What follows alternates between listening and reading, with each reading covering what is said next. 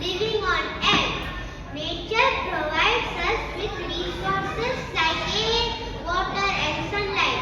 Animals, birds, plants, etc. are also a part of the beautiful nature. Nature helps us to live a healthy life and gives us basic needs like food, clothing and shelter.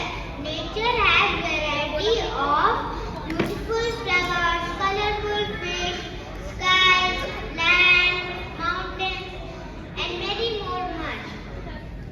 All these things of nature are very useful and we must conserve them. It is our responsibility to keep the nature clean and protect it from any harm. Nature is like a mother who protects us from harms. We should protect